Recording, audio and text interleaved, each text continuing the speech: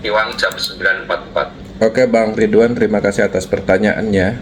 Pertama, apakah bonus limpahan dari penghasilan pasif adalah rekayasa profit? Nah, di sini saya akan bahas dulu. Metaverse ini adalah bisnis dan bukan investasi. Profit itu lebih pasnya adalah untuk project investasi.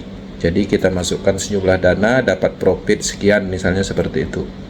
Maka Metaverse bukan investasi. Jadi pendapatan di Metaverse ini adalah bonus tepatnya. Nah, pendapatannya itu tidak bisa direkayasa karena sudah diatur oleh smart contract.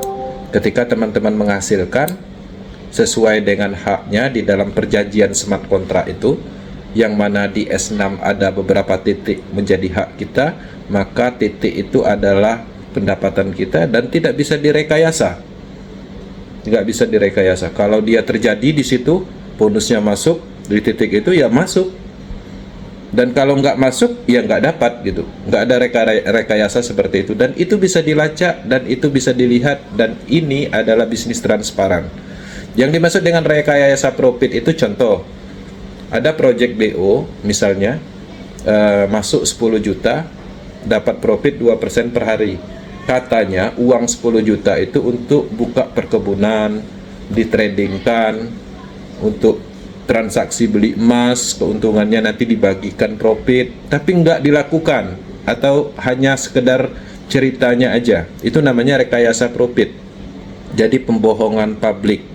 Jadi orang masuk tapi ditipu dengan project-project yang katanya bisa menghasilkan profit 2%.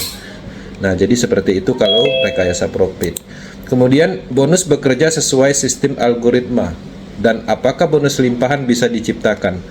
Jadi benar, Metaverse ini sudah diatur di dalam smart contract. Smart contract itu adalah perjanjian pintar yang tidak bisa diintervensi, tidak bisa disetting, dan ketika itu sudah diatur dan diluncurkan di dalam jaringan Polygon fix, siapapun tidak bisa memodifikasi, mengintervensi.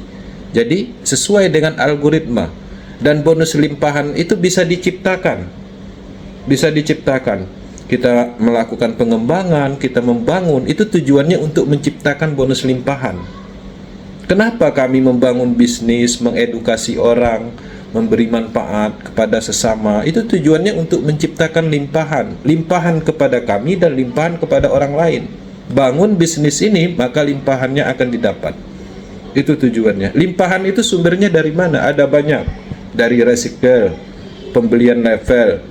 Karena setiap titik matrik itu sudah diatur. Ketika titik matrik ini diisi dalam hal dibeli programnya, program kosong ini dibeli atau dimiliki seseorang, bonusnya atau uang yang dikeluarkan itu akan didistribusikan kemana? Semuanya sudah diatur oleh program. Dan itu tidak bisa dimodifikasi. Bahkan Lado pun tidak bisa setting itu. Kalau kita dapat di hak kita, ya dapat. Perjanjian dari program smart contract itu lebih kuat dari perjanjian dalam hal matre, dalam hal legalitas. Kalau legalitas masih bisa dipalsukan. Kemudian bisa juga dimanipulasi dan macam-macam. Tapi kalau smart contract nggak bisa. Kekuatannya itu di atas kekuatan perjanjian pada umumnya. Ya, namanya smart contract teknologi blockchain yang sudah diatur di awal, dijalankan oleh teknologi, ya seperti itu terus akan berjalan, tidak bisa dimodifikasi. Oke, Bang Aris, silakan ditambahkan. Ya, sudah jelas sih.